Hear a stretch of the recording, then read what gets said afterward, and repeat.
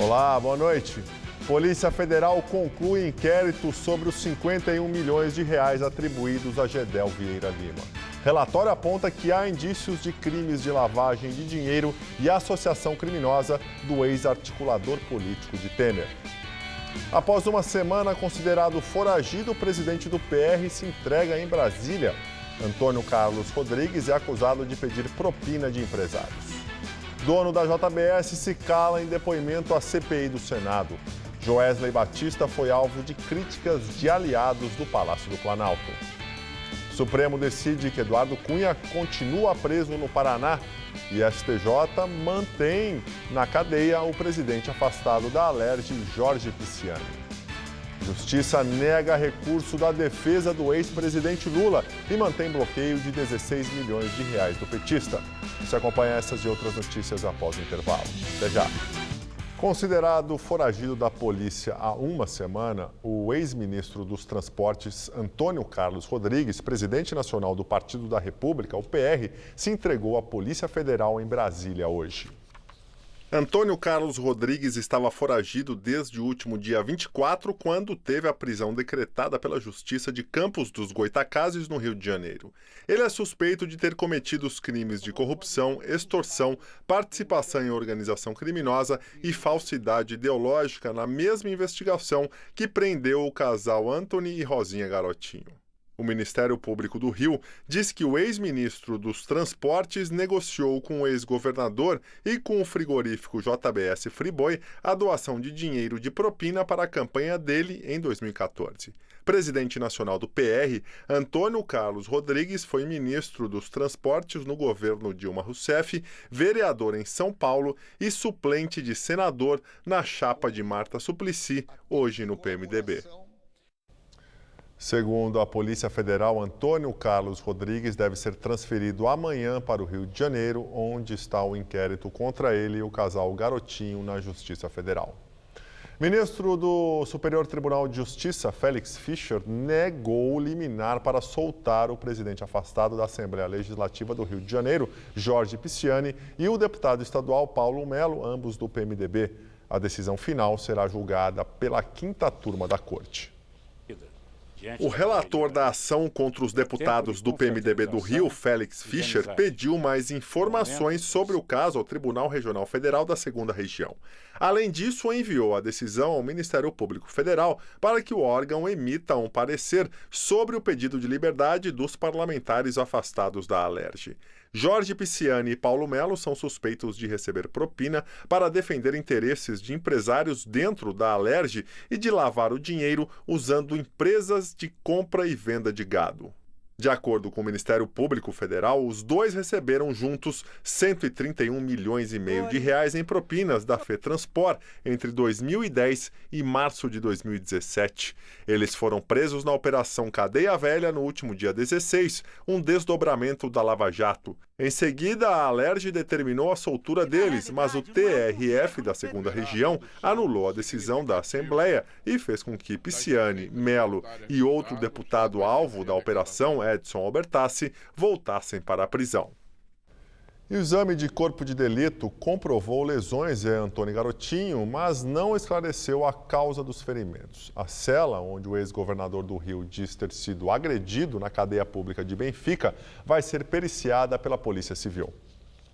A vistoria está marcada para amanhã. O objetivo da Polícia Civil é esclarecer se as agressões que o ex-governador alega ter sofrido de fato ocorreram. Segundo a Secretaria de Administração Penitenciária do Rio, as imagens do circuito de vigilância mostram que Garotinho não recebeu nenhuma visita na cela durante a madrugada da última sexta-feira, quando ele disse ter sido atacado e ameaçado. O laudo do Instituto Médico Legal comprovou lesões no joelho e no pé, mas não apontou a causa. Os agentes penitenciários de Benfica afirmam que Garotinho se automutilou para conseguir transferência e assim evitar conviver com Sérgio Cabral, seu desafeto político detido no mesmo presídio. Também amanhã, o ex-governador deve fazer um retrato falado do suposto agressor. Por causa do episódio, o marido de Rosinha Mateus, que também está presa na ala feminina de Benfica, foi levado para o complexo de Bangu 8. No novo presídio, ele fica isolado em uma cela monitorada por câmeras 24 horas. A Polícia Federal concluiu o inquérito sobre as malas com 51 milhões de reais encontradas em um apartamento em Salvador. O relatório aponta que há indícios de crimes de lavagem de dinheiro e associação criminosa cometidos pelo ex-ministro Gedel Vieira Lima e o irmão dele, o deputado Lúcio Vieira Lima, os dois do PMDB. O inquérito encaminhado ao ministro Luiz Edson Fachin, relator do caso no Supremo Tribunal Federal, aponta que há indícios claros de que os 51 milhões de reais pertenciam ao ex-ministro Gedel Vieira Lima e ao irmão dele, o deputado federal Lúcio Vieira Lima. Além deles, a Polícia Federal atribuiu os crimes de lavagem de dinheiro e associação criminosa a mais 3 pessoas. Entre elas, a mãe de Gedel, Marluce Vieira Lima, o advogado Gustavo Ferraz, aliado de Gedel e ex-diretor da Defesa Civil de Salvador, e Job Ribeiro, ex-assessor parlamentar de Gedel. O relatório diz que nenhum documento foi apresentado às autoridades para justificar a origem da fortuna. Ao ser questionado pela polícia, Gedel se valeu do direito de permanecer em silêncio. A Polícia Federal vai instaurar novo inquérito contra o ex-articulador político de Temer para apurar a prática de peculato, que é o crime cometido por servidor público no exercício da função por parte do ex-ministro do governo Michel Temer. Segundo a denúncia do ex-assessor Job Ribeiro, Gedel exigia a devolução de parte do salário dele como servidor público para bancar despesas pessoais da família Vieira Lima. O advogado de Gedel disse que não vai comentar a conclusão do inquérito enquanto não tiver acesso aos documentos. A segunda turma do Supremo Tribunal Federal manteve o ex-presidente da Câmara, Eduardo Cunha, do PMDB, na prisão. Por 2-1, Eduardo Cunha segue preso no Paraná. Votaram contra o deputado cassado os ministros Dias Toffoli e Edson Fachin, relator da Lava Jato no Supremo. O ministro Gilmar Mendes votou para substituir a prisão de Cunha por medida alternativa, como monitoramento eletrônico, proibição de deixar o país ou de manter contato com outros investigados. No entanto, Mendes foi voto vencido. Os ministros Ricardo Lewandowski e Celso de Mello, que fazem parte do colegiado, não participaram do julgamento. Edson Fachin considerou que, em liberdade, ainda existe risco de Cunha voltar a cometer crimes. Esta foi a segunda derrota hoje do ex-presidente da Câmara no Judiciário. Mais cedo, o Tribunal Regional Federal da 4ª Região de Porto Alegre negou um recurso da defesa do PMDBista que pedia a transferência dele para Brasília, onde Cunha já responde outras ações penais. Os desembargadores entenderam que em Brasília, onde tem mais influência política, Cunha poderia atrapalhar as investigações. O ex-deputado está preso desde outubro do ano passado. Na Lava Jato já foi condenado pelo juiz Sérgio Moro pelos crimes de corrupção passiva, lavagem de dinheiro e evasão de divisas a 15 anos e 4 meses de prisão. Mas este mês teve a pena reduzida pelo TRF a 14 anos e 6 meses. Nesta ação penal, o ex-parlamentar é acusado de receber propina de $1,5 milhão por um contrato de exploração de petróleo em Benim, na África.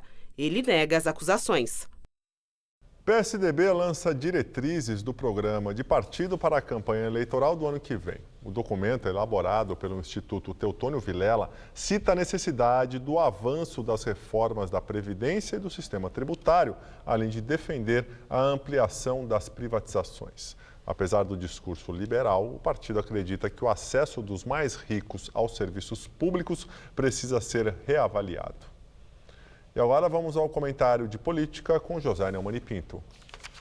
Ao lançar um documento a respeito de um choque de capitalismo, o PSDB cria o populismo idiota, burro, estúpido. Eu não diria cretino, porque é pouco para definir o documento que diz que uma pessoa rica não pode ter o mesmo acesso ao serviço público que uma pessoa pobre tem.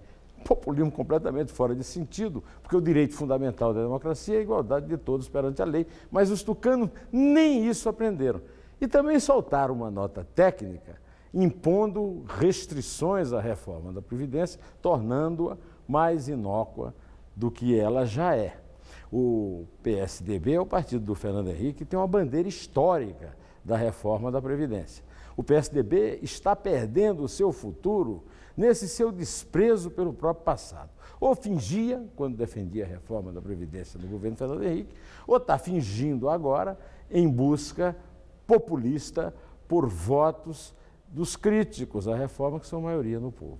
O PSDB não tem jeito. O Alckmin está aí comemorando que vai ser o candidato do partido, possivelmente do centro, mas ele talvez não tenha ainda pensado na possibilidade que o seu partido tem de fazer lambança durante todo esse ano que nos separa da eleição. Olha, pelo visto nos documentos de hoje, haja lambança. Bom, eu volto quinta-feira, direto ao assunto. Em té. A Justiça negou o recurso da defesa do ex-presidente Lula e manteve o bloqueio de 16 milhões de reais do petista. Os desembargadores da 8ª turma do Tribunal Regional Federal da 4ª Região, com sede em Porto Alegre, decidiram que o levantamento do confisco deve ser requerido em primeira instância. Em julho, o juiz Sérgio Moro condenou Lula a 9 anos e 6 meses de prisão no caso do triplex em Guarujá por corrupção e lavagem de dinheiro. Foram bloqueados imóveis, R$600 mil de contas bancárias e cerca de 9 milhões de reais de planos de previdência privada. Segundo a defesa de Lula, o bloqueio dos bens é ilegal e espera que os julgadores do tribunal possam rever essa posição no julgamento do mandado de segurança. O governador do Tocantins, Marcelo Miranda, do PMDB, é condenado pela Justiça e pode perder o cargo. A condenação é sobre o caso que corre na Justiça desde 2008 e se refere à contratação sem licitação de uma empresa particular para gerir os 14 hospitais estaduais, além do desvio de recursos públicos da saúde nos anos de 2003 e 2004. Se for condenado definitivamente, além de perder o cargo, Marcelo Miranda pode ter os direitos políticos suspensos por 7 anos, além de ser obrigado a devolver o dinheiro que teria sido desviado, pagar uma multa equivalente a 100 vezes o salário atual dele como governador e ficar proibido de fazer contratos com o poder público. A defesa de Miranda disse que ele ainda não foi informado da sentença e que vai recorrer assim que for notificado. Enquanto isso, ele permanece no cargo. Dono da JBS Friboi, Joesley Batista, ficou em silêncio na audiência da CPI do Senado e da Câmara. A falta de respostas irritou aliados do governo. Joesley seguiu o exemplo do irmão, não disse uma palavra sequer. A defesa do empresário falou que ele foi orientado a manter o silêncio devido à sua situação jurídica. No começo do mês, também na CPI, Wesley já havia se negado a responder às perguntas dos parlamentares. O acordo de delação premiada dos irmãos Batista está suspenso. Os dois são acusados de omitir informações da Justiça. Continua em silêncio. Apesar da falta de respostas, os deputados e senadores insistiram. E nesse ritmo, a sessão durou 4 horas.